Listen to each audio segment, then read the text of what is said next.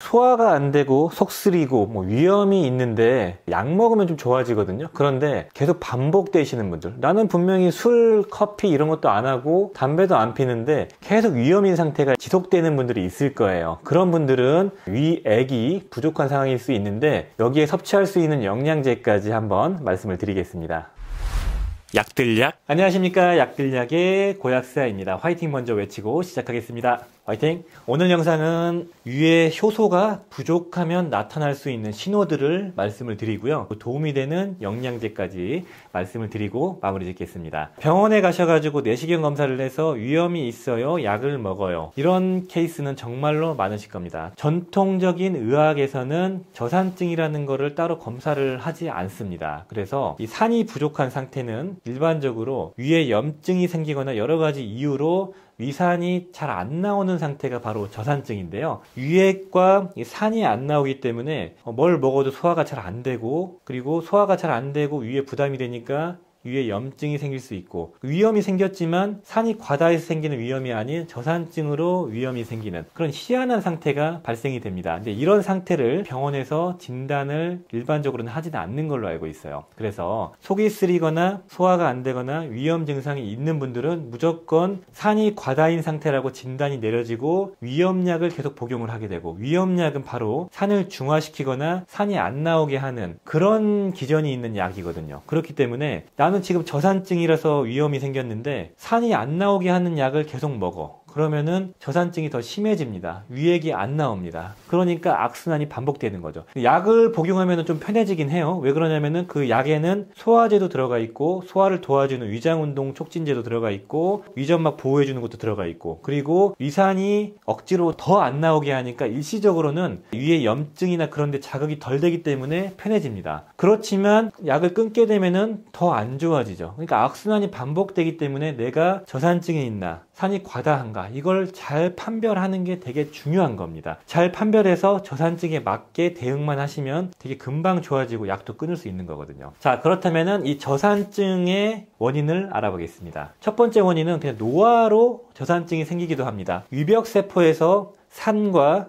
위 소화액이 나오거든요. 그런데 노화가 발생되면 위벽세포가 개수가 줄거나 기능이 떨어지겠죠. 그러니까 산도 좀 덜 나오고 소화액도 덜 나오고, 이런 경우가 있고, 과도한 스트레스를 지속적으로 받는 경우, 이 경우도 위산 분비액이 줄어듭니다. 내가 스트레스를 많이 받아가지고 교감신경이 항진되면은 위액 자체가 안 나오거든요. 그게 만성화되어 있는 상태, 지속적으로 뭔가 신경을 쓰고 있는 상태, 이런 상태일 때는 위액이 덜 나오겠죠. 산이 덜 나오겠죠. 그리고 세 번째 원인은 그 헬리코박터균이 위에 많이 있어서 위에 염증을 유발하면서 위벽세포를 손상시키면서 저산증의 하나의 원인이 되기도 합니다. 네 번째 원인은 만성적인 산 과다로 인한 위염을 겪으신 분들, 만성적인 위염으로 위벽세포가 손상되면서 산 과다증에서 산 저하증으로 바뀌게 됩니다. 이게 뭐 단기간에 그렇게 되는 건 아니고, 내가 오랫동안 위염약을 먹으면서 십수년 동안 반복되면서 천천히 변화가 되는 겁니다. 다섯 번째는 흡연이나 음주, 그리고 당독소 같은 거나 몸에 안 좋은 지방, 기름, 이런 것들이 위에 염증을 유발해서 저산증을 유발할 수도 있는 거죠. 그리고 마지막으로는 오랫동안 신경을 쓰지 않고 그 제산제나 위염약을 오래 드신 분도 저산증이 유발될 수 있습니다. 그 센 위염약 중에는 비가역적으로 위산을 분비를 억제하는 게 있거든요. 그걸 오래 먹다 보면은 산 분비량이 줄어들게 될 수 있겠죠. 아무튼 이런 이유로 저산증이 발생될 수 있습니다. 자, 그렇다면은 저산증이 발생되면은 어떤 증상이 생기나를 한번 알아보겠습니다. 이 증상에 해당되면은 내가 저산증일 수 있다라는 의심을 하시면 좋습니다. 첫 번째는 만성적인 역류성 식도염이 발생될 수 있습니다. 만성적이라 하면 몇 개월이 아니고 수년, 십수년 동안 계속 반복되는 역류성 식도염이 발생될 수 있어요. 왜냐면은 소화를 시킬 수 있는 능력이 떨어지죠. 저산증이면은. 그러면은 위에 음식물이 오래 머물러 있기 때문에 오래 머물러 있으면은 역류할 가능성이 높아지는 거죠. 두 번째는 고기류, 단백질을 섭취하면은 소화가 안 되시는 분들이 있을 거예요. 그런 분들은 저산증을 의심하셔야 됩니다. 왜냐면 이 산과 위액이 단백질을 녹이는 거거든요. 단백질을 소화시키는데 부족하니까 고기류를 소화를 못 시키겠죠. 세 번째는 만성적인 소화불량, 식사 후에 막 트름이 계속 올라오고 팽만감이 느껴지시는 분들, 이런 분도 위에 염증이 있거나 위 기능 자체에 문제가 있을 수 있지만 저산증일 수 있다는 생각을 하셔야 됩니다. 됩니다. 네 번째는 이제 손발톱이 자주 깨지시는 분들, 그리고 피부나 모발이 안 좋으신 분도 저산증일 수 있습니다. 이 모발이나 손발톱 피부에 필요한 이 단백질의 흡수가 원활하게 안 되는 거죠. 저산증으로 소화가 안 되니까요. 그래서 이런 모발, 손발톱이 잘 깨지시는 분들, 그런 분도 저산증일 수 있어요. 그리고 다섯 번째로는 빈혈이 자주 생긴다, 이런 분도 저산증일 수 있습니다. 철분, 고기에 많이 들어가 있잖아요. 고기를 흡수 못하고 철을 흡수하는 과정에 산이 필요하거든요. 산이 부족하니까 철을 잘 흡수를 못하니까 빈혈이 생길 수 있겠죠. 그리고 여섯 번째는 눈밑 떨림이나 경련 같은 게 간혹 생긴다. 이것도 마찬가지입니다. 우리 몸에서 미네랄을 흡수할 때 산이 필요합니다. 산이 음식에 있는 미네랄과 만나서 이온화 될 때, 그때 흡수가 되거든요. 그래서 저산증이 있는 분들은 눈밑 떨림과 같은, 근육 경련과 같은 그런 증상들이 자주 생길 수 있어요. 그리고 일곱 번째는 좀 더러운 얘기지만 이 변에 소화 안 된 음식물들이 나올 수 있다. 그러니까 잘 보인다. 그런 분들은 한번 의심해 보셔야 된다는 거죠. 그리고 이제 더 나아가서는 세균이나 바이러스 제거가 안 되고, 그리고 뭐 독소 같은 게 제거가 잘 안 되니까 뭐 장누수 증후군 같은 게 생길 수 있다고 해요. 그러니까 복합적이지만 좀 큰 틀에서 한번 보시면 되고요. 되게 좀 애매한 부분들이 많을 건데, 또 핵심적인 부분을 말씀드리자면은, 이런 증상이 있을 때 내가 저산증일 확률이 높다라고 판별할 수 있는 지표는 단백질, 고기류 소화를 잘 못 시키시는 분들, 40대 이후에 역류성 식도염이 계속 재발하시는 분들, 이런 분들이 저산증일 확률이 높죠. 자, 그렇다면 위산 저하증을 확인하는 방법을 말씀을 드릴게요. 위산 저하증과 위산 과다증이 있을 건데, 위산 저하나 과다나 구분하기는 되게 어렵거든요. 둘 다 속이 쓰리니까. 위산 과다증은 보통 빈속일 때 속이 많이 쓰릴 수 있어요. 빈속일 때 산이 많이 나오니까. 그런데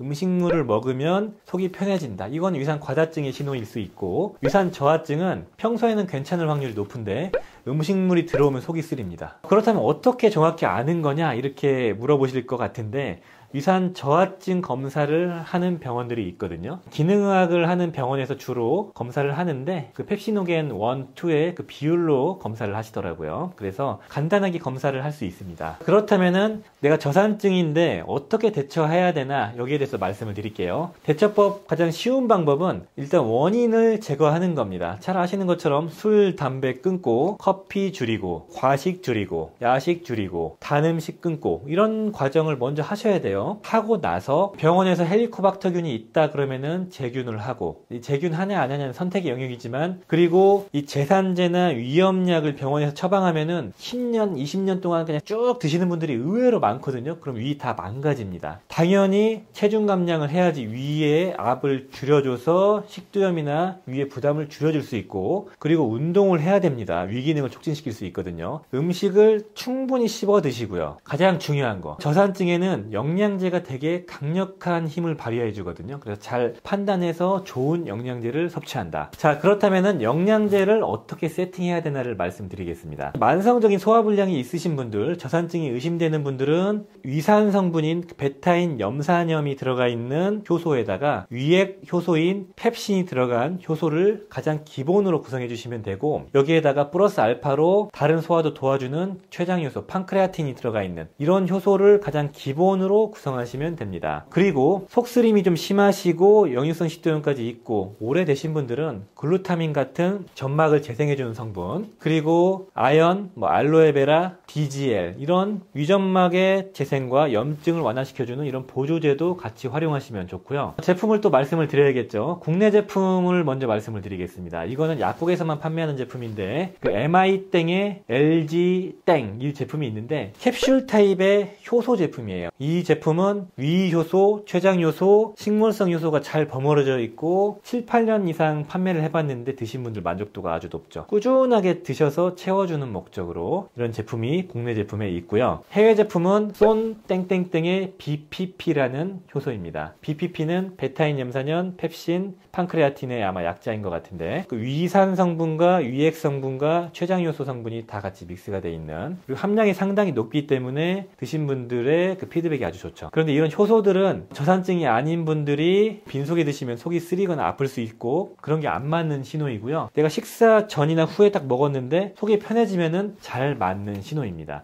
잘 맞으면 오래 드셔야 돼요. 자, 여기서 이제 자주 묻는 질문이 아마 있을 것 같아서 예상 질문을 한 3가지만 뽑아서 말씀드리고 마무리 짓겠습니다. 효소를 얼마나 먹어야 되나요? 오래 먹으라는 게 한 2달 먹으라는 건가? 이런 질문이 되게 많으신데, 효소는 오랫동안 위험이 있고 저산증이 의심되는 분들은 효소를 최소 1년 정도 효소를 먹으면서 습관을 교정하면은 위의 부담을 줄여주고 우리 몸이 스스로 재생을 해서 위벽 세포를 치료하고 재생을 합니다. 그 과정을 덜어주는 게 효소거든요. 그래서 위의 부담을 줄여주는 이 효소이기 때문에 위가 서서히 회복될 때까지 보통 1년 이상을 드셔야 돼요. 자, 그렇다면 또 이런 질문을 하실 것 같습니다. 효소를 오래 먹으면은 우리 몸에서 효소 쓰는 능력이 떨어지지 않나? 위액이 안 나오는 거 아니에요? 이렇게 물어보실 것 같은데 전혀 근거 없는 얘기입니다. 위액이 하루에 정말 많이 나오거든요. 그 일부를 덜어주는 거기 때문에 이게 영향을 미치지 않을 뿐더러, 그리고 우리 몸에서는 효소가 너무나도 많이 필요합니다. 그래서 채워주는 게 무조건 이점이 있는 거예요. 나이가 들면 들수록 효소의 생성 능력은 떨어지기 때문에 우리 몸의 대사를 위해서도 이런 효소를 채워주면 아주 이점이 많죠. 그리고 3번째 예상 질문은 효소만 먹어도 저산증에 좋을까요?